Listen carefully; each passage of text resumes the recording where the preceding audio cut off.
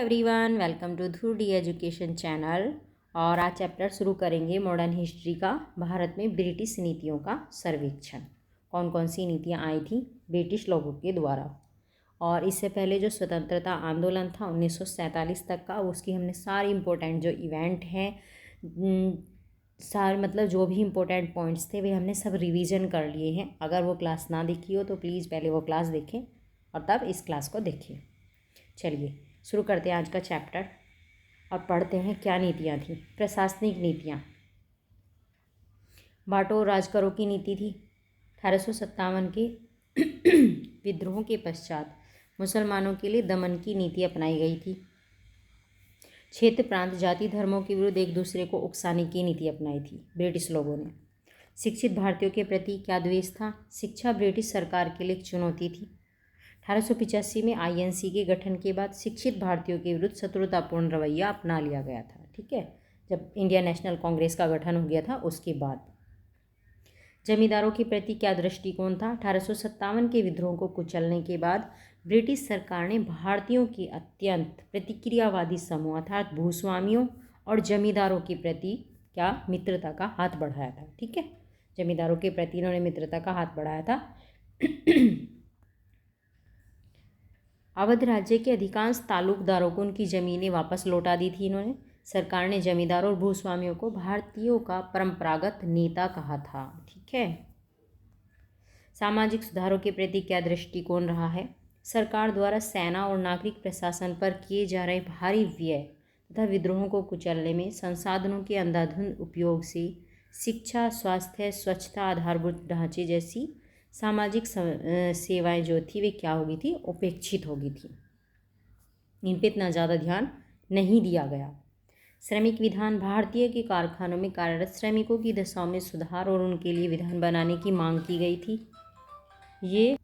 ये मांगे सर्वप्रथम भारत में ही नहीं अपितु ब्रिटेन में लंकाशायर के कपड़ा कारखानों के मालिकों द्वारा भी उठाई गई थी, श्रमिकों की दशाओं में सुधार को लेकर। 1875 में श्रमिकों की स्थितियों की जांच करने के लिए एक आयोग का गठन किया गया था। अब है कारखाना अधिनियम 1891 से और 1944 तक। ये सारे अधिनियम देखेंगे, सारे इंपॉर्टेंट हैं।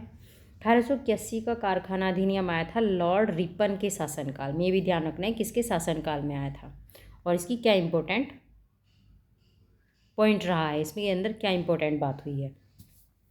7 वर्ष से कम आयु के बच्चों के कार्य पर प्रतिबंध लगा दिया गया। इसमें महीने में 4 दिन का अवकाश निर्धारित किया गया। ठीक है, जो 7 साल से कम के बच्चे थे वे काम नहीं करेंगे, ये प्रतिबंध लगा एक तो, और एक 4 दिन का अवकाश मिला महीने में। 1891 का कारखाना अधिनियम यह आया था लॉर्ड लैंसडाउन के शासनकाल में और सप्ताह में 1 दिन का अवकाश निर्धारित हुआ इसमें। और 9 वर्ष से कम आयु के बच्चों द्वारा कारखानों में काम पर प्रतिबंध लगा दिया गया और इसमें काम के घंटे निश्चित किए गए 11 घंटे। ठीक है, एक दिन में 11 घंटे काम कर सकते हैं। 1911 का कारखाना अधिनियम ये लॉर्ड हार्डिंग के शासनकाल में आया था और उसमें पुरुष कार्यविधि 12 घंटे प्रतिदिन निश्चित की गई, मतलब पुरुष एक दिन में 12 घंटे काम करेंगे, उनका निश्चित कर दिया था। 1922 का कारखाना अधिनियम आया था लॉर्ड रेडिंग के शासनकाल में और बच्चों की कार्यविधि 7 घंटे प्रतिदिन निश्चित कर दी थी इसमें और 12 से 15 वर्ष तक की आयु के बच्चों को कारखाने में काम करने की अनुमति दी गई थी। ठीक है। 1934 का कारखाना अधिनियम ये आया था लॉर्ड विलिंगटन के शासनकाल में और श्रमिकों के लिए चिकित्सा, आराम की व्यवस्था, बच्चों के लिए 5 घंटे निश्चित किए गए थे काम के लिए। 1944 का कारखाना अधिनियम यह आया था लॉर्ड वेवेल के शासनकाल में और नियमित कारखानों में श्रमिकों की कार्यविधि 9 घंटे कर दी गई और कैंटीन की व्यवस्था की गई। ठीक है, सारे ही इंपॉर्टेंट अधिनियम है, ये जरूर ध्यान रख लेना किसके शासनकाल में आए थे और इसमें क्या हुआ था। प्रथम भारतीय कारखाना अधिनियम 1881। यह अधिनियम बाल श्रमिकों से संबंधित था। 7 से 12 वर्ष के आयु के बीच के बच्चों के लिए। 7 वर्ष से कम आयु के बच्चों के काम पर क्या लगा दी गई, रोक। ठीक है, बच्चों के लिए एक दिन में काम करने की अवधि अधिकतम 9 घंटे से अधिक नहीं होनी चाहिए। इसमें निश्चित कर दिया था कि जो बच्चा होगा वो 9 घंटे काम करेगा। बाल श्रमिकों को 1 माह में 4 दिन का अवकाश निर्धारित किया गया कि 1 महीने में 4 दिन की छुट्टी मिलेगी। खतरनाक मशीनों के चारों ओर बाड़ लगाई जाएगी। ठीक है। द्वितीय भारतीय कारखाना अधिनियम 1891 में आया था। बच्चों के काम करने के लिए न्यूनतम आयु इसमें 7 से 12 वर्ष से बढ़ा के कितनी कर दी, 9 से 14 कर दी थी। बच्चों के लिए काम करने के घंटे घटा के कर दिए थे 7 घंटे। सभी के लिए साप्ताहिक अवकाश घोषित कर दिया था। महिलाओं के लिए काम करने का समय 11 घंटे कर दिया था इसमें, जिसमें 1 घंटे का मध्य अवकाश निश्चित किया गया था। पुरुषों के लिए काम के घंटे अभी भी इसमें अनिश्चित थे।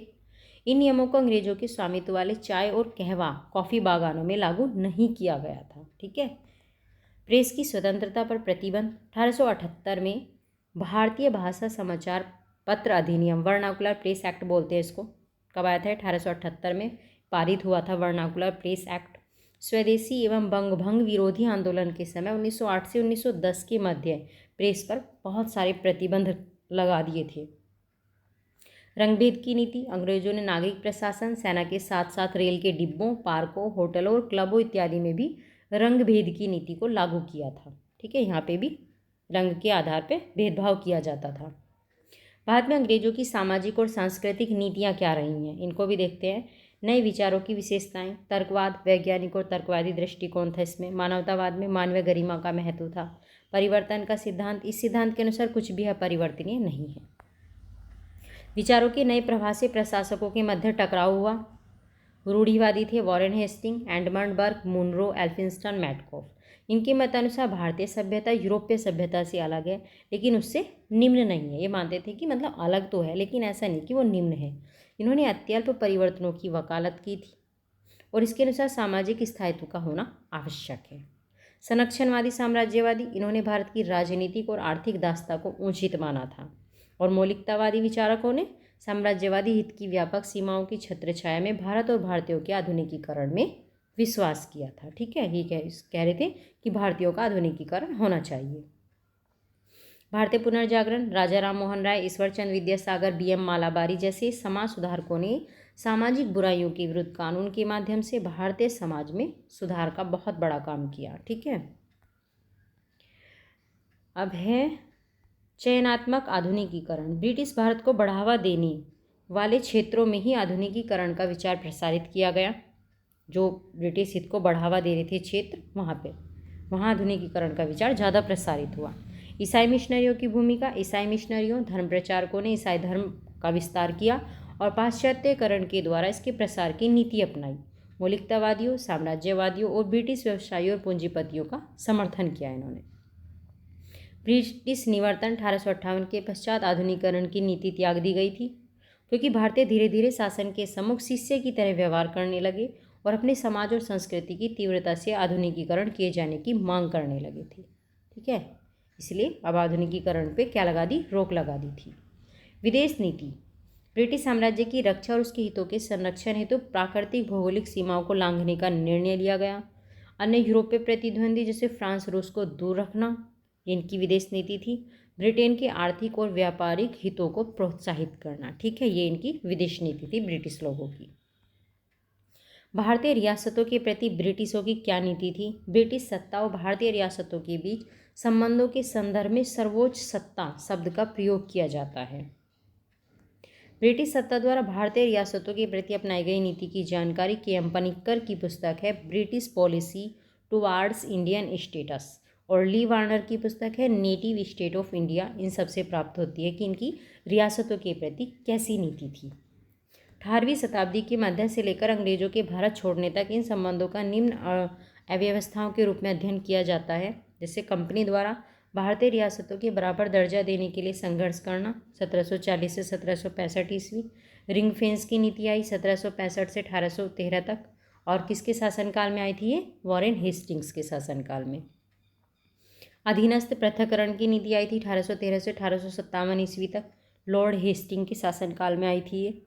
अधीनस्थ संघ की नीति लॉर्ड कैनिंग के शासनकाल में आई थी 1858 से 1935 ईस्वी तक। एकर्मण्यता की नीति ये किसके शासनकाल में आई थी? जॉन लॉरेंस के शासनकाल में।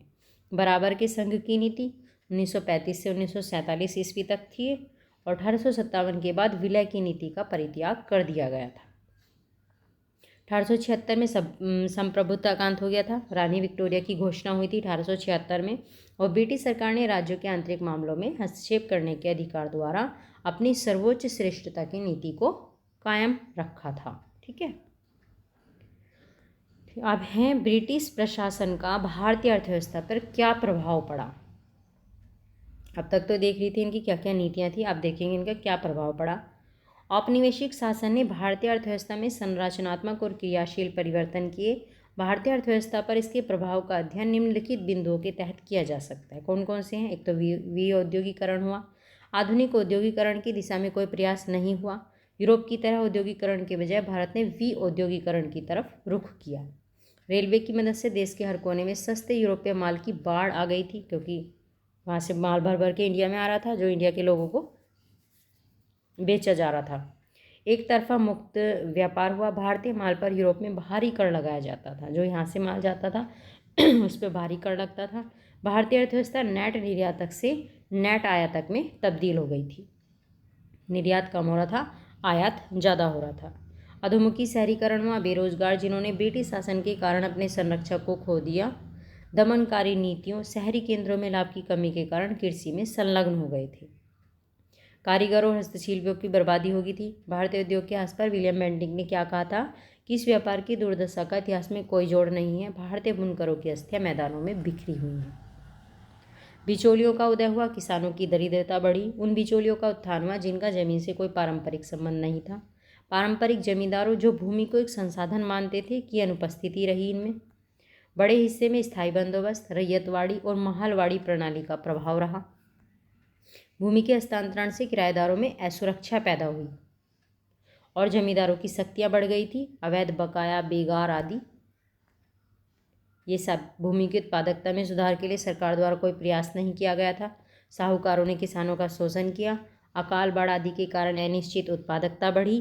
किसानों की सरकार जमींदारों और साहूकारों के हाथों नुकसान उठाना पड़ा किसानों को। ठीक है, सरकार के द्वारा भी, जमींदारों के द्वारा भी और साहूकारों के द्वारा भी। 1850 से 1900 के बीच करोड़ों लोग अकाल से मारे गए और औपनिवेशिक सरकार की नीतियों के कारण, भोजन की कमी के कारण किसानों में गरीबी बढ़ती चली गई। भारतीय कृषि का ह्रास तथा वाणिज्यीकरण, मुद्रा अर्थव्यवस्था, एकीकरण, राष्ट्रीय बाजार का उद्भव, बाह्य आंतरिक व्यापार जैसी शक्तियों द्वारा प्रेरित हुआ। ठीक है, भारतीय कृषि का ह्रास कैसे हुआ, कैसे वाणिज्यीकरण शुरू हुआ। कृषि का व्यवसायीकरण स्वाभाविक नहीं था, बल्कि किसानों पर जबरदस्ती थोपी गई प्रक्रिया थी ये। कीमतों में बढ़ोतरी से बिचौलियों को फायदा हुआ। कीमतों में गिरावट ने किसानों पर प्रतिकूल असर डाला। जमींदार और सरकार इच्छा शक्ति में कमी के साथ साथ किसानों को उत्पादकता बढ़ाने के लिए प्रोत्साहित नहीं किया गया। जमींदार और सरकार की इच्छा शक्ति में कमी के साथ। ठीक है, कपास, जूट, मूंगफली, तिलहन, तंबाकू, गन्ना, मसालों, फलों, सब्जियों, चाय, कॉफ़ी, इंडिगो, रबड़ आदि की ये व्यावसायिक फसलें खपत के उद्देश्य से नहीं बल्कि राष्ट्रीय और अंतर्राष्ट्रीय बाजार में बिक्री के लिए उगाई जाती थी। ये जितनी भी फसलें थी ये सब ये खपत के उद्देश्य से नहीं उगाई जा रही थी, राष्ट्र में और अंतर्राष्ट्रीय स्तर पर ये बिक्री के लिए उगाई जा रही थी। ब्रिटिश शासन के दौरान भू राजस्व व्यवस्था कैसी थी? इजारेदारी प्रथा 1772 में आई थी ये, और किसने शुरू करी थी ये? वॉरेन हेस्टिंग्स के द्वारा शुरू की गई थी। इसमें सबसे अधिक बोली लगाने वाले को 5 वर्ष के लिए भूमि पट्टे पर दी जाती थी। इजारेदारी व्यवस्था में 5 वर्ष के लिए दी जाती थी। 1777 ईस्वी में पट्टे की अवधि को घटाकर 1 वर्ष कर दिया था। ठीक है, इजारेदारी प्रथा ध्यान रखना है किसके काल में आई थी, किसने शुरू करी थी, कब आई थी और क्या थी ये। स्थायी बंदोबस्त या इस्तमरारी बंदोबस्त 1793 में आई थी, ये लागू हुई थी। लॉर्ड कॉर्नवालिस के द्वारा इसको शुरू किया गया था, स्थायी बंदोबस्त प्रणाली को। ये बंगाल, बिहार, उड़ीसा और वाराणसी और उत्तरी कर्नाटक में लागू की गई थी। क्षेत्र भी पता होने चाहिए कहाँ कहाँ पे लागू हुई थी। भारत के 19% हिस्से पे लागू की गई थी ये, और जमींदारों का एक नया वर्ग नियुक्त किया गया जो अंग्रेजों को राजस्व का 10/11वां हिस्सा प्रदान करता था तथा शेष हिस्सा अपने पास रख लेते थे। ये इम्पोर्टेंट है। रैयतवाड़ी व्यवस्था क्या थी? 1820 में स्टार्ट हुई थी। टॉमस मुनरो और अलेक्जेंडर रीड के द्वारा शुरू की गई थी। रैयतवाड़ी व्यवस्था तमिलनाडु के बारामहल जिले में शुरू हुई थी और बाद में बॉम्बे में, पूर्वी बंगाल, असम, कुर्ग, कर्नाटक के कुछ हिस्सों और मद्रास में इसको लागू कर दिया गया था। भारत के 51% हिस्से पर लागू की गई थी ये। और रैयत कौन थे? किसान को भूमि पर स्वामित्व और अन्य अधिकार दिए गए। उन्हें सरकार को सीधे राजस्व का भुगतान करना पड़ा। अब बिचौलिए खत्म कर दिए थे, किसान ही सीधे सरकार को राजस्व का भुगतान करते थे। इसमें उच्च कर और सख्ती वसूली गई थी। मालवाड़ी व्यवस्था 1882 में आई थी और इसके जनक कौन थे? हॉल्ट मैकेंजी इसके जनक थे माहलवाड़ी व्यवस्था के। और यह व्यवस्था 2 स्तरीय थी, संयुक्त प्रांत, मध्य प्रांत और पंजाब यहाँ पे लागू हुई थी, और 30% हिस्से पे लागू हुई थी भारत के।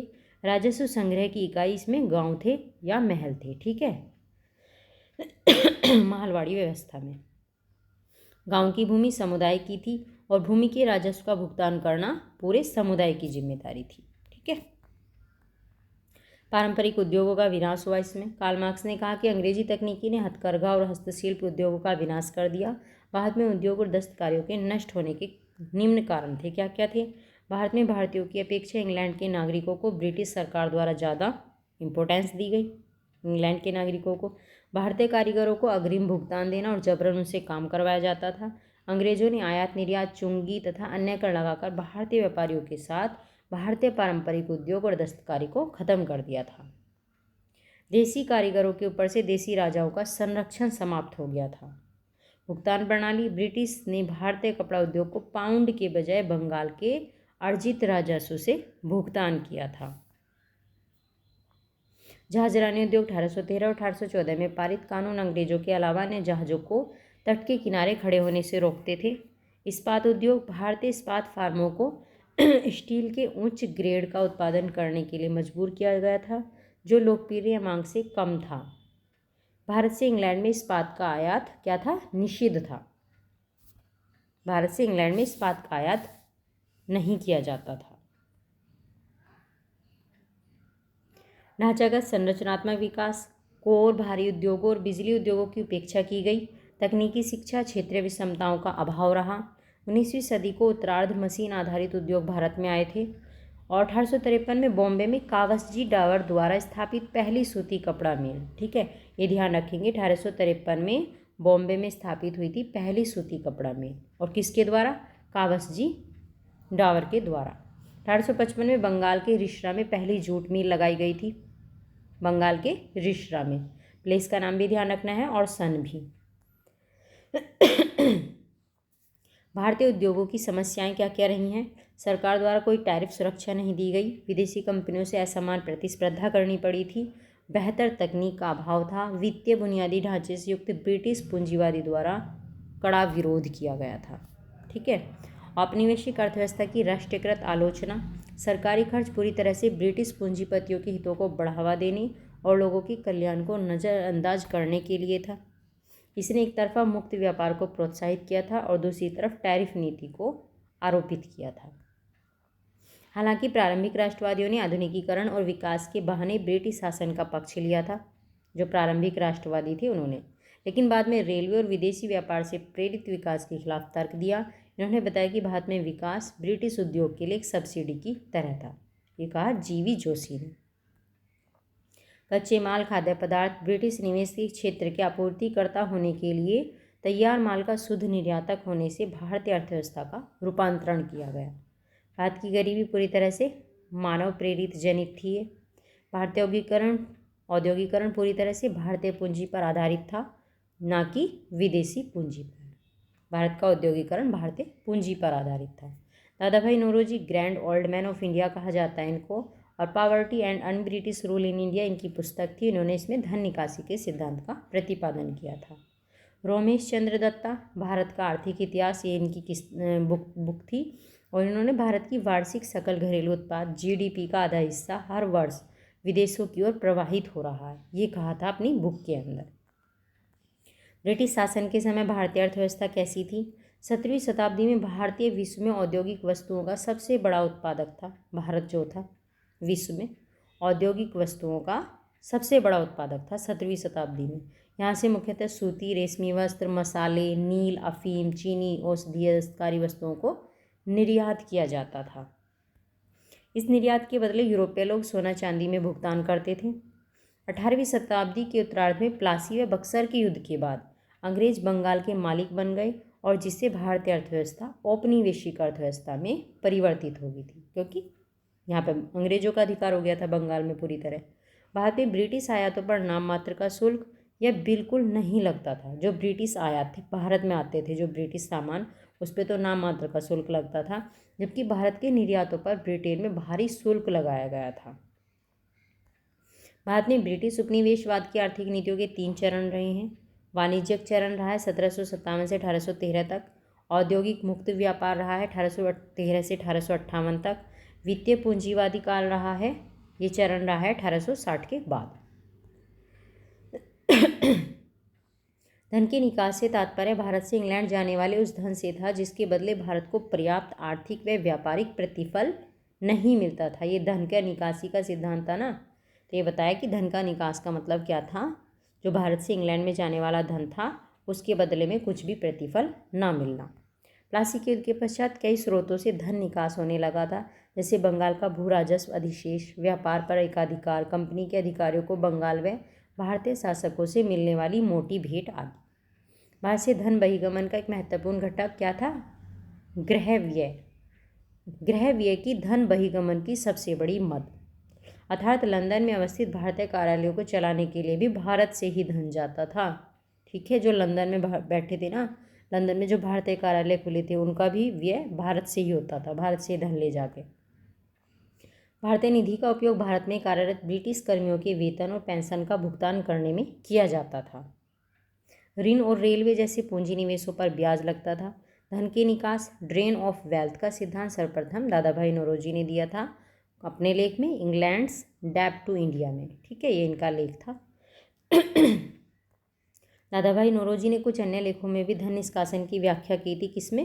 एक तो poverty and earn British rule in India 1867 में लिखी थी, इसमें भी कहा गया था धन निकासन के बारे में। और the wants and means rule in India 1870 में, इसमें भी ये बात हुई थी। और on the commerce of India 1871। इन तीनों बुक का नाम ध्यान रखेंगे, ये दादा भाई नौरोजी की बुक है। दादा भाई नौरोजी ने धन निष्कासन को अनिष्टों का अनिष्ट की संज्ञा दी थी। इंपॉर्टेंट पॉइंट है, ठीक है। दादा भाई नौरोजी ने उत्तरदायित्व के पदों पर भारतीयों को नियुक्त न करने की नीति को नैतिक निकास की संज्ञा दी थी। ठीक है, क्योंकि उत्तरदायित्व के पदों पर भारतीयों को नियुक्त नहीं किया जाता था। महादेव गोविंद रानाडे ने भी 1872 में धन निकास की आलोचना की थी। महादेव गोविंद रानाडे का नाम भी ध्यान रखेंगे। धन संपत्ति के विदोहन को लेकर वेलबी आयोग का गठन किया गया था। वेलबी आयोग ध्यान रखेंगे किससे रिलेटेड है? धन संपत्ति के गठन से रिलेटेड है वेलबी आयोग। अर्थशास्त्री रमेश चंद्र दत्त ने 1901 में अपनी पुस्तक लिखी थी इकोनॉमिक हिस्ट्री ऑफ इंडिया में धन के निकास का उल्लेख किया था। ध्यान रखेंगे, इकोनॉमिक हिस्ट्री ऑफ इंडिया किसकी बुक है? रमेश चंद्र दत्त की। दत्त ने धन के निष्कासन को एक बहते हुए घाव की तरह बताया है।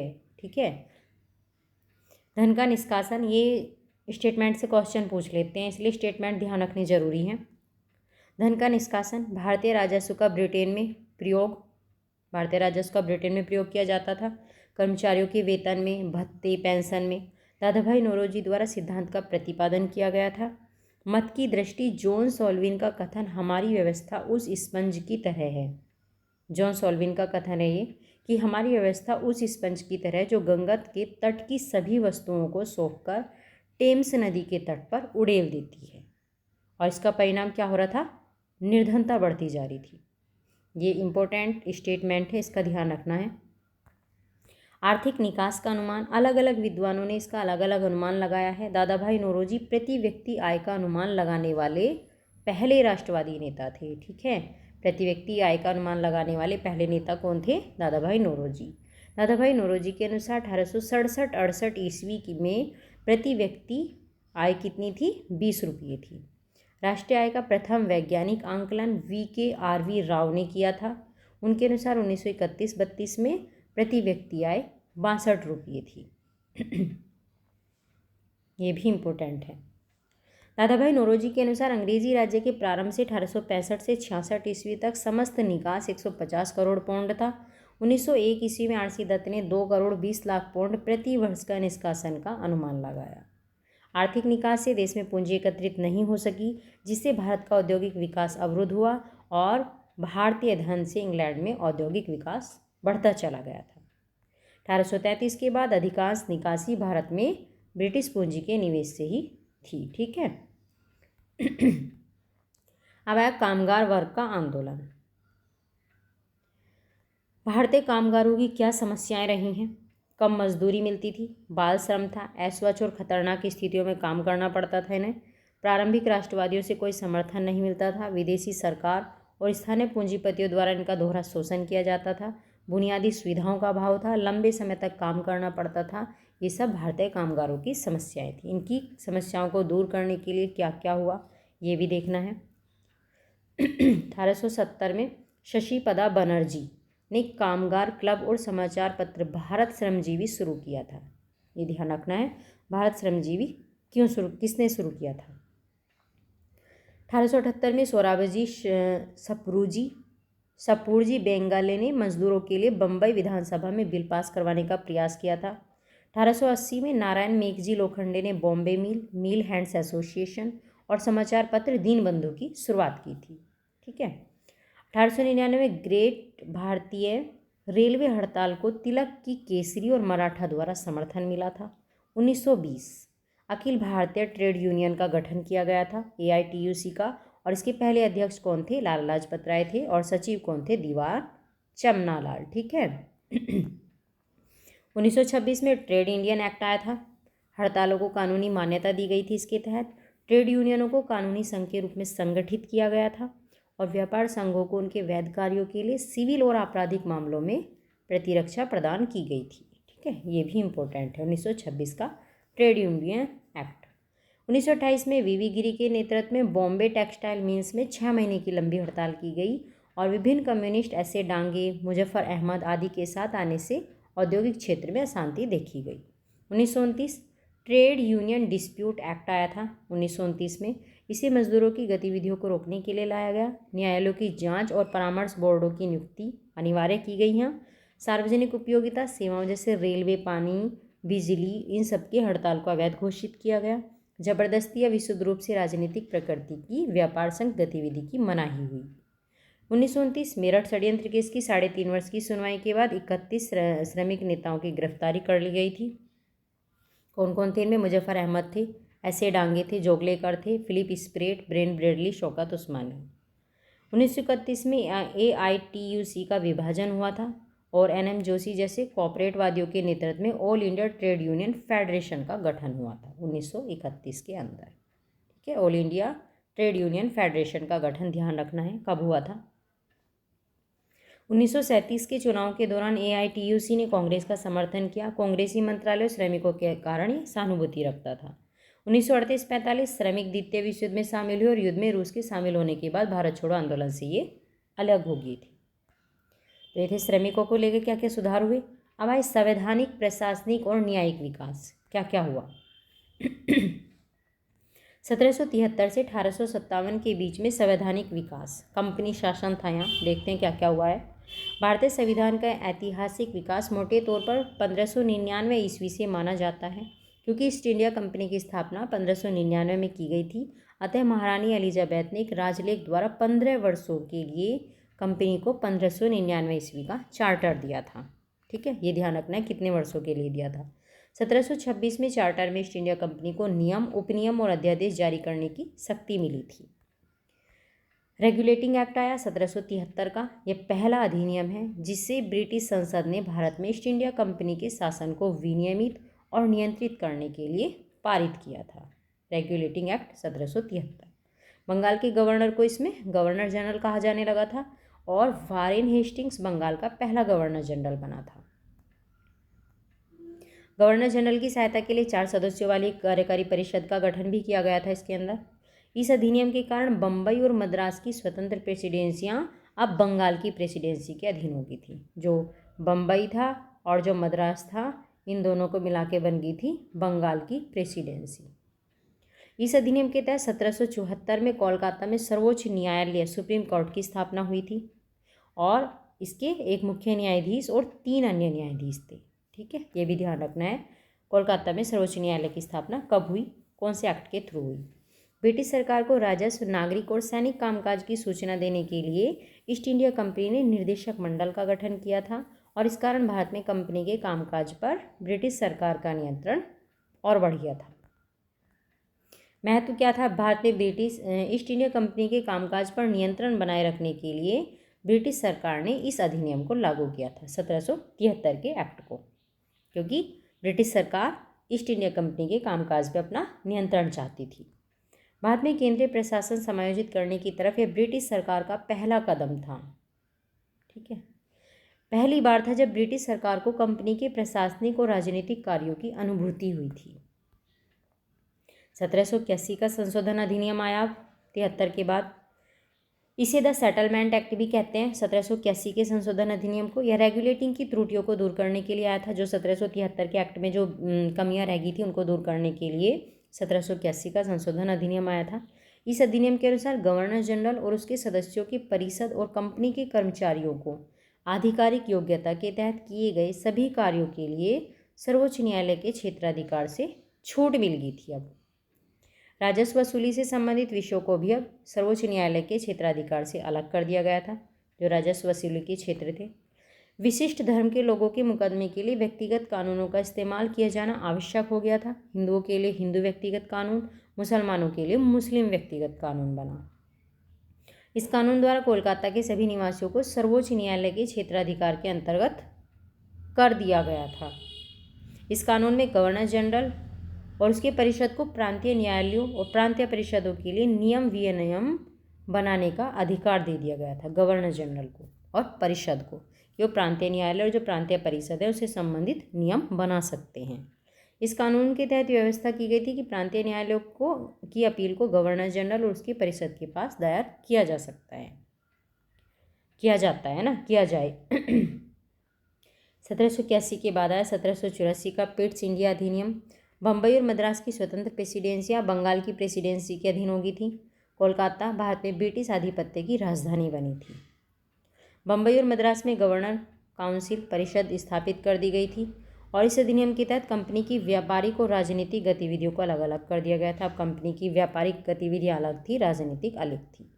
कंपनी के प्रशासन का विभाजन हो गया था। व्यापारिक विषयों को संभालने का भार निर्देशक मंडल बोर्ड ऑफ डायरेक्टर पर था। जो व्यापारिक विषय थे, ये बोर्ड ऑफ डायरेक्टर किसको देखता था? व्यापारिक विषयों को देखता था। भारत के जो राजनीतिक विषय थे इनको कौन संभालता था? Board of control. यह बोर्ड भारत के नागरिक और सैनिक विषयों से संबंधित कार्यों का पर्यवेक्षण करता था।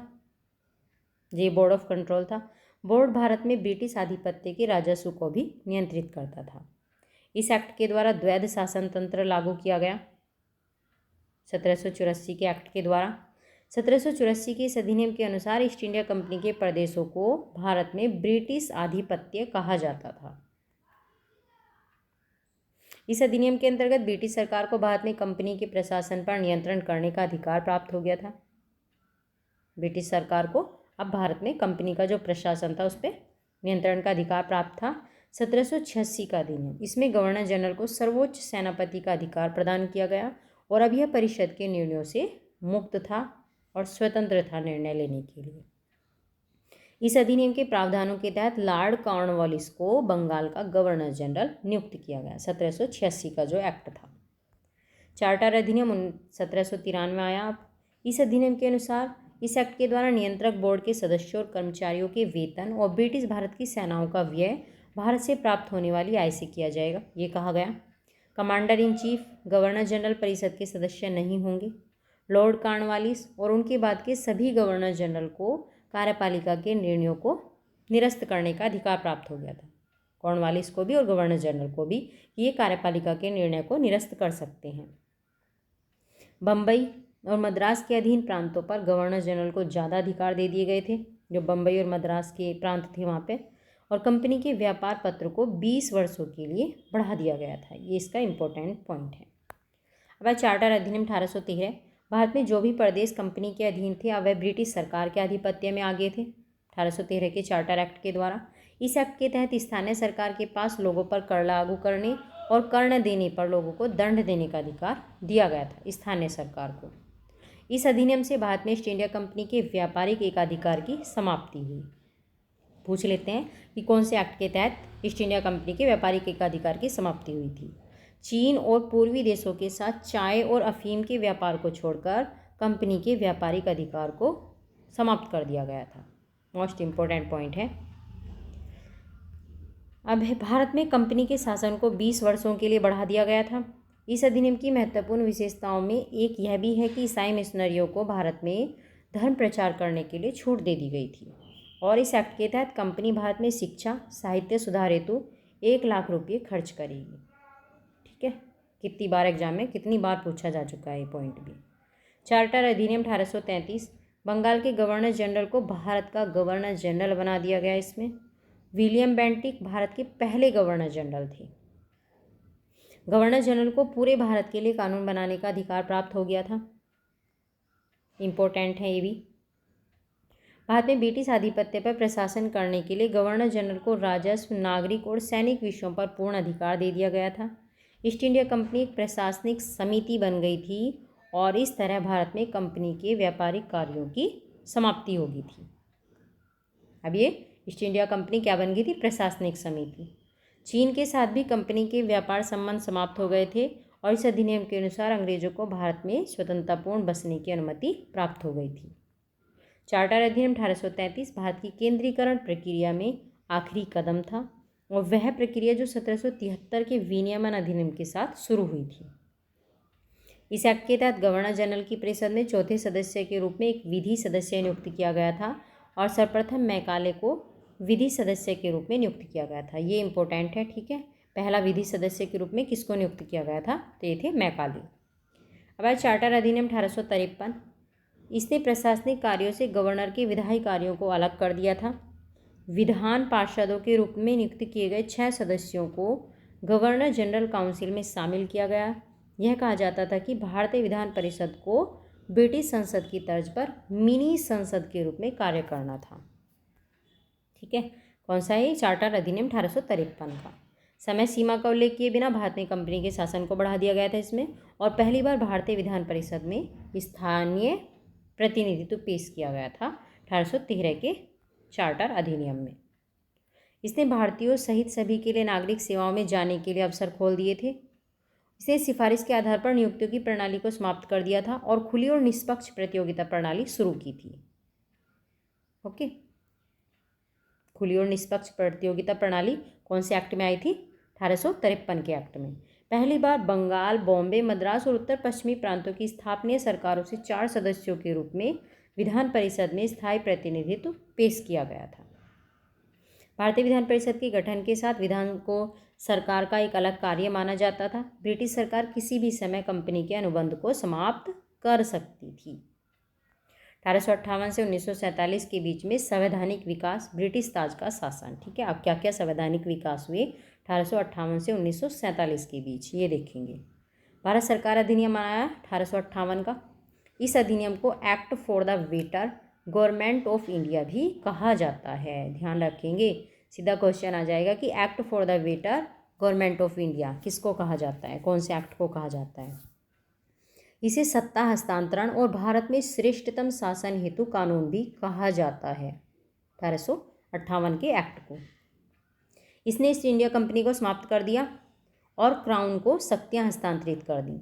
भारतीय गवर्नर जनरल को अब क्या कहा गया? वायसराय कहा जाने लगा, और जो क्राउन का प्रत्यक्ष प्रतिनिधि था वायसराय, लॉर्ड कैनिंग भारत के पहले वायसराय थे। ठीक है, ध्यान रखना है, भारत का पहला वायसराय कौन बना? Lord Canning. गवर्नर जनरल का पद भारत सरकार के विधायी कार्य का प्रतीक था और सम्राट का प्रतिनिधित्व करने के कारण उसे वायसराय कहा जाता था। इसने बोर्ड ऑफ कंट्रोल और कोर्ट ऑफ डायरेक्टर को समाप्त कर दिया था और इस तरह द्वैध शासन प्रणाली को समाप्त कर दिया था। अब ये ध्यान रखना है किसमें द्वैध शासन प्रणाली लागू हुई थी और कहाँ द्वैध शासन प्रणाली समाप्त हुई थी। भारत के लिए राज्य सचिव का एक कार्यालय बनाया गया था और वह ब्रिटिश कैबिनेट का सदस्य हुआ करता था। राज्य सचिव को 15 सदस्यों वाली परिषद द्वारा सहायता दी जाती थी। यह एक सलाहकार निकाय था और जिसमें भारत के सचिव इस परिषद के अध्यक्ष थे। इसने भारत की प्रशासनिक मशीनरी गवर्नर जनरल के स्थान पर वायसराय को लाने में सुधार लाने पर ध्यान केंद्रित किया था। ठीक है, भारतीय परिषद अधिनियम आया 1861 का। इस अधिनियम को प्रतिनिधि संस्थाओं को जन्म देने वाला भी कहा जाता है। इंपॉर्टेंट है, प्रतिनिधि संस्थाओं को जन्म देने वाला एक्ट कौन सा था? तो ये था 1861 का एक्ट। इस अधिनियम के तहत 1861 में प्रथम भारतीय परिषद अधिनियम पारित किया गया था और इस अधिनियम के तहत मंत्रिमंडलीय व्यवस्था या विभागीय पद्धति को अपनाया गया था 1861 के एक्ट के तहत। इसने वायसराय को विस्तारित विधान परिषद में कुछ भारतीयों को गैर सरकारी सदस्यों के रूप में नामांकित करने का अधिकार दिया गया। 1862 में वायसराय कैनिंग ने विधान परिषद में 3 भारतीयों को नामित किया था। बॉम्बे और मद्रास प्रेसिडेंसी की विधायी शक्तियाँ बहाल की गई थी और इसमें नई विधान परिषद उच्च सदन बंगाल 1862 में गठित हुआ था। ये विधान परिषद बंगाल के अंदर, और उत्तर पश्चिम प्रांत 1886 और पंजाब में 1897 के इसमें गठन का प्रावधान हुआ था। विधान परिषद का गठन किया गया था बंगाल में, उत्तर पश्चिमी प्रांत में और पंजाब में। बम्बई, मद्रास और बंगाल को अधिक शक्तियाँ इसमें प्राप्त थीं। वायसराय को आपातकाल के मामले में विधान परिषद की सहमति के बिना अध्यादेश जारी करने का अधिकार दिया गया था 1861 के एक्ट में। यह अध्यादेश जारी होने की तिथि 6 महीने तक वैध थी। ठीक है, ये भी ध्यान रखना है। अध्यादेश जारी करने का अधिकार कौन से एक्ट में दिया गया। इसने पोर्टफोलियो प्रणाली को मान्यता दी जो लॉर्ड कैनिंग द्वारा 1859 में शुरू की गई थी। पोर्टफोलियो प्रणाली किसने शुरू करी थी, क्या थी पोर्टफोलियो प्रणाली भी देखना है, इंपॉर्टेंट है ये भी। इसमें वायसराय परिषद के एक सदस्य को एक या अधिक विभागों का प्रभारी बनाया गया था और वह स्वतंत्र रूप से निर्णय ले सकता था और परिषद की ओर से आदेश जारी कर सकता था। ये पोर्टफोलियो प्रणाली थी। भारतीय परिषद अधिनियम आया 1892 का। इस अधिनियम द्वारा केंद्रीय प्रांतीय विधान परिषदों की गैर सरकारी सदस्य संख्या में वृद्धि की गई और केंद्रीय विधान परिषद में न्यूनतम 10 और अधिकतम संख्या निर्धारित की गई 16। ठीक है, न्यूनतम 10 थी और अधिकतम सदस्य 16। इस एक्ट के तहत चुनाव पद्धति की शुरुआत की गई, लेकिन यह निर्वाचन प्रणाली पूर्णतः अप्रत्यक्ष थी। ठीक है, चुनाव पद्धति की शुरुआत कौन से एक्ट में हुई, ये इंपॉर्टेंट है। प्रांतीय मंडलों में प्रश्न पूछने का अधिकार दे दिया गया था और बजट पर चर्चा का अधिकार भी दिया गया इस एक्ट के तहत। इसमें चुनाव शब्द का उल्लेख नहीं किया गया था, लेकिन इस अधिनियम में नामांकित सदस्यों के लिए एक सीमित और अप्रत्यक्ष चुनाव पेश किया गया था। ठीक है, भारतीय परिषद अधिनियम आया 1909 का। इसको मार्ले-मिंटो सुधार कहा गया और बहुत इंपॉर्टेंट है। वैसे तो सारे इंपॉर्टेंट हैं। भारत में 1892 के अधिनियम सुधार की अपर्याप्तता ने मार्ले-मिंटो के सुधार हेतु अवसर प्रदान किया। जो 1892 के अंदर जो कमियां रह गई थी उनको सुधारने के लिए मार्ले-मिंटो सुधार आया। केंद्रीय तथा प्रांतीय विधानमंडलों का आकार और शक्ति का प्रसार किया गया इसमें, और विधान परिषद में सदस्यों की संख्या 16 से बढ़ाकर 60 कर दी गई थी। किसमें, भारतीय परिषद अधिनियम 1909 के तहत। विधान परिषदों को अधिकार दिए गए। सदस्यों को पूरक प्रश्न पूछने की अनुमति दी गई इसमें, और बजट पर अलग अलग मतों को वोटिंग की अनुमति भी दी गई थी। पूरे बजट पर अभी भी मतदान नहीं किया जा सकता, अलग अलग मत पे वोटिंग हो सकती थी, लेकिन पूरे बजट पे मतदान का अधिकार नहीं था। मुस्लिमों के लिए पृथक निर्वाचक मंडल पेश किया गया, जिसमें मुस्लिम प्रत्याशी के लिए सिर्फ मुस्लिम ही वोट दे सकते थे, सेपरेट इलेक्टोरल। और इसलिए लॉर्ड मिंटो को सांप्रदायिक निर्वाचन प्रणाली का जनक माना जाता है। पहली बार वायसराय की कार्यप्रणाली परिषद में भारतीयों को शामिल होने की अनुमति दी गई थी। ठीक है, सत्येंद्र प्रसाद सिन्हा को वायसराय की कार्यकारी परिषद में विधि सदस्य के रूप में नियुक्त किया गया था। ये भी इम्पोर्टेंट है कि वायसराय की कार्यकारी परिषद में पहली बार विधि सदस्य के रूप में किसको नियुक्त किया गया, तो कौन थे, सत्येंद्र प्रसाद सिन्हा। इंपॉर्टेंट पॉइंट है। Presidency corporation, chamber of commerce, विश्वविद्यालयों आदि के लिए पृथक प्रतिनिधित्व की व्यवस्था की गई थी। यह परिषद में प्रतिनिधि और लोकप्रिय तत्वों को पेश करने का पहला प्रयास था। परिषदों को पहली बार विधान परिषदों के रूप में संदर्भित किया गया था मार्ले-मिंटो एक्ट के द्वारा। भारत सरकार अधिनियम आया 1919, मॉन्टेग्यू चेम्सफोर्ड सुधार बोलते हैं इसको। द्वैध शासन की शुरुआत हुई थी इसमें। एक तो विषयों को 2 प्रणाली में बांटा गया था, एक की कार्यकारी शाखा द्वारा, दूसरा मंत्रियों द्वारा प्रतिबंधित था। एक तो कार्यकारी शाखा द्वारा प्रबंधित था और दूसरा था मंत्रियों द्वारा। प्रांतीय विषयों को 2 भागों में बांटा गया था, आरक्षित और हस्तांतरित। आरक्षित विषयों पे प्रशासन गवर्नर अपने उन पार्षदों की सहायता से करता था जिन्हें वह मनोनीत करता था, और यह विधान परिषद के प्रति उत्तरदायी नहीं थी। हस्तांतरित विषयों पर प्रशासन निर्वाचित सदस्यों द्वारा किया जाता था और ये विधान परिषद के प्रति उत्तरदायी थे। महिलाओं को इस अधिनियम के अंतर्गत मतदान का अधिकार मिला था। इंपॉर्टेंट है। 1919 के तहत इस अधिनियम में पहली बार भारत में लोक सेवा आयोग, लोक लेखा समिति और वित्त समिति का गठन किया गया था 1919 के एक्ट के द्वारा। वायसराय कार्यकारी परिषद के 6 सदस्यों में से 3 भारतीय प्रमुख कमांडर थी। ठीक है, प्रमुख कमांडर को छोड़ के 3 भारतीय थे, मतलब जो वायसराय की कार्यकारी परिषद बनी थी उसमें से 6 सदस्यों में से 3 भारतीय थे। सिखों, भारतीय ईसाइयों, एंग्लो यूरोपियों सांप्रदायिक प्रतिनिधित्व के तत्व के लिए इनको अलग मतदाता बनाया गया। संपत्ति कर और शिक्षा के आधार पर लोगों को सीमित संख्या में मताधिकार दिया गया। प्रांतीय बजट को केंद्रीय बजट से अलग कर दिया गया इसमें 1919 के एक्ट में, और प्रांतों को अपना बजट बनाने की अनुमति दी गई थी। इस अधिनियम में केंद्रीय लोक सेवा आयोग का गठन का प्रावधान हुआ था। कौन से एक्ट में? 1919 के एक्ट में। ठीक है। इन प्रावधानों को लागू होने के 10 साल बाद इनकी समीक्षा करने के लिए एक आयोग गठित करने का प्रावधान हुआ, और इस उद्देश्य के लिए 1927 में साइमन कमीशन आया था। जो 1919 में जो प्रावधान लागू किए गए थे उनकी समीक्षा के लिए आया था साइमन कमीशन। यह पहली बार था जब ब्रिटिश सरकार ने देश में एक जिम्मेदार सरकार को पेश करने का अपना उद्देश्य घोषित किया। ठीक है, ये 1919 का एक्ट था।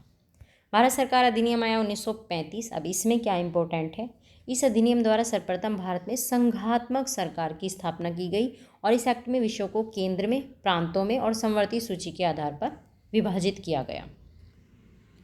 अवशिष्ट शक्तियाँ गवर्नर जनरल के पास थीं। रियासतें फेडरेशन में शामिल नहीं थीं। द्वैध शासन को समाप्त कर दिया गया था 1935 के एक्ट के द्वारा। प्रांतीय स्वायत्तता की शुरुआत की गई थी। केंद्र में द्वैध प्रावधान पेश किया गया था। संघीय विषय आरक्षित और हस्तांतरित में विभाजित थे, और यह प्रावधान कभी लागू नहीं हुआ लेकिन। ठीक है। प्रांतों को प्रशासन की स्वतंत्र इकाइयों के रूप में कार्य करने की अनुमति थी, और इस समय संवैधानिक प्रक्रिया के अंतर्गत कोई भी विधेयक बिना गवर्नर की अनुमति के कानून नहीं बन सकता था। गवर्नर की अनुमति लेनी मस्ट थी, जरूरी थी। ऐसा कोई विधेयक जिसको गवर्नर की अनुमति प्राप्त थी, सम्राट उसको अस्वीकृत कर सकता था। द्विसदन पद्धति, उच्च सदन, निचला सदन 11 में से 6 प्रांतों में लागू की गई थी। ये बंगाल, बॉम्बे, मद्रास, संयुक्त प्रांत, बिहार और असम के अंदर। उच्च सदन विधान परिषद था और निचला सदन था विधानसभा। ठीक है, 11 में से 6 प्रांतों में लागू हुई थी द्विसदन पद्धति। अलग निर्वाचक मंडल निम्न वर्ग और महिलाओं के लिए पेश किया गया था। इसमें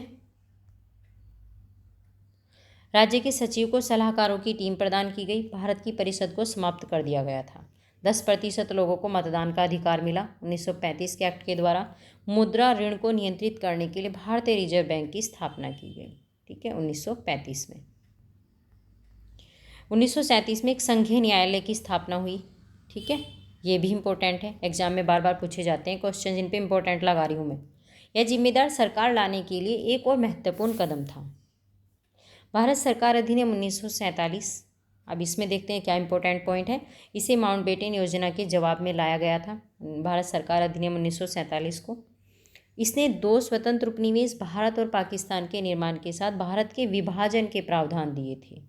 इन स्वतंत्र उपनिवेशों को ब्रिटिश कॉमनवेल्थ से अलग होने का अधिकार था, जो स्वतंत्र उपनिवेश थे। ब्रिटेन के राजा द्वारा भारत और पाकिस्तान दोनों के गवर्नर जनरलों की नियुक्ति की जानी थी। वायसराय का कार्यकाल समाप्त हो गया था, और इसके बाद ब्रिटिश राजा के पास भारत सरकार की अब कोई जिम्मेदारी नहीं होगी, ये कहा गया। 1935 के अधिनियम के प्रावधान के अनुसार शासन करने या जरूरत पड़ने पर संशोधन करने का अधिकार स्वतंत्र उपनिवेशों को दिया गया।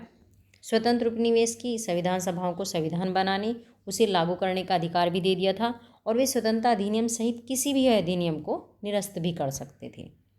संविधान सभा नए संविधान के प्रारूप और अधिनियमित होने तक अपने क्षेत्रों पर कानून बना सकती थी। संविधान सभा को दिया गया था ये। भारत के गवर्नर जनरल और प्रांतीय गवर्नर क्रमशः राज्य के प्रमुख के रूप में नामित किए गए थे। जो गवर्नर जनरल थे उस टाइम पर गवर्नर, उन्हें मंत्रिपरिषद की सलाह पर काम करना था। राज्य सचिव के कार्यालय को समाप्त कर दिया गया था, और राष्ट्रमंडल के लिए उसके कार्य राज्य सचिवों को स्थानांतरित कर दिए गए। रियासतों पर ब्रिटिश सर्वोच्चता का अंत हो गया था, और उन्हें स्वतंत्र होने या किसी भी प्रभुत्व में शामिल होने की अनुमति थी। रियासतों को स्वतंत्रता दे दी थी कि वे किसी भी प्रभुत्व में, मतलब किसी भी देश के साथ शामिल हो सकते हैं, चाहे पाकिस्तान में चले जाएं, चाहे इंडिया में आ जाएं। इस अधिनियम से ब्रिटिश शासन समाप्त हो गया था, और 15 अगस्त 1947 को भारत स्वतंत्र हुआ। न्यायपालिका का उद्भव। न्यायिक व्यवस्था में वॉरेन हेस्टिंग्स, कॉर्नवालिस और विलियम बेंटिक के कार्यकाल में सुधार किए गए। ठीक है, वॉरेन हेस्टिंग्स का कार्यकाल रहा है भाई 1772 से 1785 तक। क्या हुआ इसमें? आपराधिक विवादों के लिए वॉरेन हेस्टिंग्स ने मुगल शासकों की न्यायिक प्रणाली को अपनाने का प्रयास किया था। सदर निजामत अदालत की स्थापना मुर्शिदाबाद में की गई थी और इसकी अध्यक्षता उपनिजाम द्वारा मुख्य काजी तथा प्रमुख मुफ्ती द्वारा सहायता की जाती थी। यह कैपिटल पनिशमेंट और संपत्ति के अधिग्रहण के लिए थी। जिला फौजदारी अदालतों को एक भारतीय अधिकारी के अधीन एक काजी और एक मुफ्ती द्वारा सहायता प्राप्त होती थी और एक कलेक्टर के सामान्य पर्यवेक्षण के अधीन भी थी। सिविल विवादों के लिए अध्यक्ष और सर्वोच्च परिषदों के 2 सदस्यों के अधीन सदर दीवानी अदालत थी। सिविल विवादों के लिए सदर दीवानी अदालत बनाई गई थी। कलेक्टर के अधीन जिला दीवानी अदालत में हिंदुओं के लिए हिंदू कानून और मुसलमानों के लिए मुसलमान कानून लागू होता था। कॉर्नवालिस के कार्यकाल में क्या क्या सुधार हुए? ये 1786 से 93 तक रहा इसका कार्यकाल। जिला फौजदारी अदालतों को इसमें समाप्त कर दिया था और उनकी जगह सर्किट कोर्ट बना दिए थे। सर्किट कोर्ट पटना, ढाका, मुर्शिदाबाद और कलकत्ता में बनाए गए थे और इसमें यूरोपीय न्यायाधीश थे जो सिविल और आपराधिक मामलों दोनों के लिए अपीली अदालत के रूप में काम करते थे। सदर निजामत अदालत गवर्नर जनरल और सुप्रीम काउंसिल के सदस्यों के अधीन थी और इसे कलकत्ता स्थानांतरित कर दिया गया था। जिला दीवानी अदालत, इसे जिले शहर अदालत के रूप में नामित किया गया और इसे जिला मजिस्ट्रेट के अधीन रखा गया था। कलेक्टर को उनके पहले मजिस्ट्रियल कार्य से मुक्त कर दिया गया और अब उनके पास राजस्व संग्रह की जिम्मेदारी दी गई थी। जो कलेक्टर थे उनको कलकत्ता में सदर दीवानी अदालत की स्थापना भी की गई थी, ये भी ध्यान रखना है। कॉर्नवालिस कोड ये 1793 में आया था। इसमें राजस्व और न्याय प्रशासन का पृथक्करण किया गया था। कॉर्नवालिस कोड में राजस्व अलग हो गया, न्याय प्रशासन अलग हो गया था। सरकारी कर्मचारी को आधिकारिक क्षमता में किए गए अपने कार्यों के लिए सिविल कोर्ट के प्रति जवाबदेह बनाया गया इसके अंदर, और यूरोपीय विषय इस प्रकार के न्यायालय के क्षेत्राधिकार में लाए गए थे। यूरोपीय विषय भी कानून की संप्रभुता का सिद्धांत स्थापित किया गया था। अब विलियम बेंटिक का कार्यकाल 1828 से 33 तक रहा और इसने क्या सुधार किए? सर्किट कोर्ट को इसने समाप्त कर दिया। राजस्व सर्किट आयुक्त के पर्यवेक्षण के तहत इसने कलेक्टर के कार्य हस्तांतरित कर दिए थे, कलेक्टर को दे दिया था कार्य। उच्च प्रांत के लोगों की सुविधा के लिए सदर दीवानी अदालत और सदर निजामत अदालत की स्थापना इलाहाबाद में की गई थी। आवेदक के पास फारसी और क्षेत्रीय भाषा का उपयोग करने का विकल्प था और सुप्रीम कोर्ट में अंग्रेजी भाषा ने फारसी की जगह ले ली थी। विधि आयोग आया 1833 में। भारतीय कानूनों के संहिताकरण के लिए मैकाले के तहत विधि आयोग का गठन किया गया था। सिविल प्रक्रिया संहिता 1859 में तैयार हुई थी। भारतीय दंड संहिता 1860 में तैयार हुई थी और आपराधिक प्रक्रिया संहिता ये हुई थी 1861 में तैयार। 1860 यूरोपीय लोग आपराधिक कार्यवाही के मामले को छोड़कर विशेषाधिकार का दावा कर सकते थे। भारतीय मूल का कोई भी न्यायाधीश उन पर मुकदमा नहीं चला सकता था। ठीक है। 1865 सदर अदालत और उच्च न्यायालय को कलकत्ता, बॉम्बे और मद्रास 3 उच्च न्यायालयों में मिला दिया गया था। इस सदर अदालत और जो उच्च न्यायालय था, ठीक है, इसको 1935 भारत सरकार अधिनियम ने एक संघीय न्यायालय के गठन का प्रावधान किया था और 1937 में इसको स्थापित किया गया था। यह सरकारों के बीच विवादों को सुलझा सकता था और उच्च न्यायालयों में सीमित अपीलों की सुनवाई भी कर सकता था। ये था फेडरेशन कोर्ट का काम। नागरिक सेवाओं का विकास हुआ। कुछ प्रारंभिक विकास देखते हैं। वॉरेन हेस्टिंग्स ने भारत में सिविल सेवा की नींव रखी थी। पूछ लेते हैं कि भारत में सिविल सेवा की नींव किसके द्वारा रखी गई, तो ये थे वॉरेन हेस्टिंग्स। लॉर्ड कॉर्नवालिस ने इसमें सुधार और संगठित किया इसे और इसे आधुनिक बनाया, इसलिए उन्हें भारत में नागरिक सेवाओं का पिता कहा जाता है। किसको? लॉर्ड कॉर्नवालिस को भारत में नागरिक सेवाओं का पिता कहा जाता है। ईस्ट इंडिया कॉलेज की स्थापना की गई भर्तियों के 2 साल के प्रशिक्षण के लिए हैलबरी, इंग्लैंड में। ठीक है। 1793 का चार्टर अधिनियम 500 पाउंड सालाना मूल्य के सभी कंपनी के संविदाबद्ध नौकरों के लिए आरक्षित थे। 500 पाउंड सालाना मूल्य के सभी पद जो थे वे किसके लिए थे? कंपनी के संविदाबद्ध नौकरों के लिए। 1800 ईस्वी में वेलेस्ली ने नए भर्ती किए गए लोगों के प्रशिक्षण के लिए फोर्ट विलियम कॉलेज की स्थापना की थी। सन भी ध्यान रखना है, किसने स्थापना करी थी? वेलेस्ली ने। और क्यों करी थी? 1806 में कोर्ट ऑफ डायरेक्टर्स द्वारा उपरोक्त कॉलेज को अस्वीकृत कर दिया गया। 1833 का चार्टर अधिनियम, इसने सभी के लिए सिविल सेवा में प्रवेश का अवसर प्रदान किया, परंतु इसके प्रावधानों को कभी लागू नहीं किया गया था। 1858 की उद्घोषणा, इसने सिविल सेवा के तहत कार्यालयों में स्वतंत्र रूप से, निष्पक्ष रूप से अधिक भारतीयों को शामिल करने के ब्रिटिश इरादों को घोषित किया था। भारतीय सिविल सेवा एक्ट आया 1861। इस अधिनियम ने नागरिक सिविल सेवकों के लिए कुछ कार्यालय आरक्षित कर दिए थे। इंग्लैंड में अंग्रेजी में परीक्षा आयोजित किए जाने का प्रावधान किया था। ग्रीक और लैटिन को सीखना अनिवार्य कर दिया था इसमें। प्रारंभ में परीक्षा के लिए आयु 23 वर्ष थी, लेकिन उसके बाद 23 से 22 वर्ष कर दी थी 1960 में, फिर 21 वर्ष कर दी थी 1866 में, और अंत में 19 वर्ष कर दी थी 1878 में। 1863 में सत्येंद्र नाथ प्रथम भारतीय सिविल सेवक बने थे। ठीक है, मोस्ट इंपॉर्टेंट पॉइंट है। लिट्टन 1878 से 79 ईस्वी तक रहे इनका कार्यकाल के तहत वैधानिक सिविल सेवा आयोग प्रेस संविदा वाले पदों के 1/6 पद, मतलब 1/6 पद स्थानीय सरकार से नामांकन के माध्यम से उच्च परिवार के भारतीयों द्वारा भरे जाएंगे, ये कहा गया। इसके लिए वायसराय और राज्य सचिव की स्वीकृति की आवश्यकता होती थी और बाद में इस प्रणाली को समाप्त कर दिया गया था। भारतीय राष्ट्रीय कांग्रेस की मांग, भारत और इंग्लैंड में सिविल सेवा की परीक्षा की व्यवस्था की जाए। इसकी मांग थी कि भारत में भी सिविल सेवा की परीक्षा की जाए, आयु सीमा में बढ़ोतरी की जाए, ये भारतीय राष्ट्रीय कांग्रेस की मांग थी। सार्वजनिक सेवाओं 1886 में आया था एचिसन कमीशन। एचिसन कमीशन किसने बनाया था? लॉर्ड डफरिन के द्वारा बनाया गया था, और इसमें संविदाबद्ध और असंविदाबद्ध का उपयोग नहीं करने की सिफारिश की गई थी। सिविल सेवा को वर्गीकृत किया गया था, जैसे इंपीरियल भारतीय सिविल सेवा इंग्लैंड, प्रांतीय सिविल सेवा भारत, अधीनस्थ सिविल सेवा भारत। 1878 में सिविल सेवा में न्यूनतम आयु को 19 वर्ष से बढ़ा के कितना कर दिया? 23 वर्ष कर दिया था। ठीक है, ये एचिसन कमीशन जो है इसके मेन पॉइंट है, ध्यान रखेंगे इन सबको। अब मोंटेग्यू चेम्सफोर्ड के कार्यकाल में क्या सुधार हुए? 1919 में लंदन और भारत में एक साथ परीक्षा की सिफारिश की गई। ठीक है, भारत में 1.5% वार्षिक वृद्धि के साथ भर्ती का 1/3 किया जाएगा। इसने लोक सेवा आयोग की स्थापना करने का प्रावधान किया और केंद्रीय लोक सेवा आयोग की स्थापना 1926 में की गई। सार्वजनिक सेवाओं में अधिक भारतीयों को शामिल करने का दृष्टिकोण दिया था इस एक्ट ने। ली आयोग आया 1924 में। ली आयोग ने अतिशीघ्र एक लोक सेवा आयोग के गठन की सिफारिश की, और यह सिफारिश 1919 के अध्ययन में भी की गई थी। राज्य के सचिव को विभिन्न पदों जैसे सिंचाई विभाग के पद की भर्ती जारी रखने का सुझाव दिया गया। इसमें भारतीय सरकार के द्वारा शिक्षा और सिविल मेडिकल सेवाओं जैसे हस्तांतरीय विषयों के लिए भर्तियां की गई थी। प्रांतीय सरकार के द्वारा शिक्षा और सिविल मेडिकल सेवाएं जैसी विषय जो थे इन पर भर्ती की गई थी। भारतीय संवैधानिक सेवाओं में सीधी भर्ती और 15 वर्षों के अंदर 50:50 की समता प्राप्त की जाए। यूरोपीय और भारतीयों का अनुपात मतलब इतना होना चाहिए जो संवैधानिक सेवाएं हैं उनके अंदर।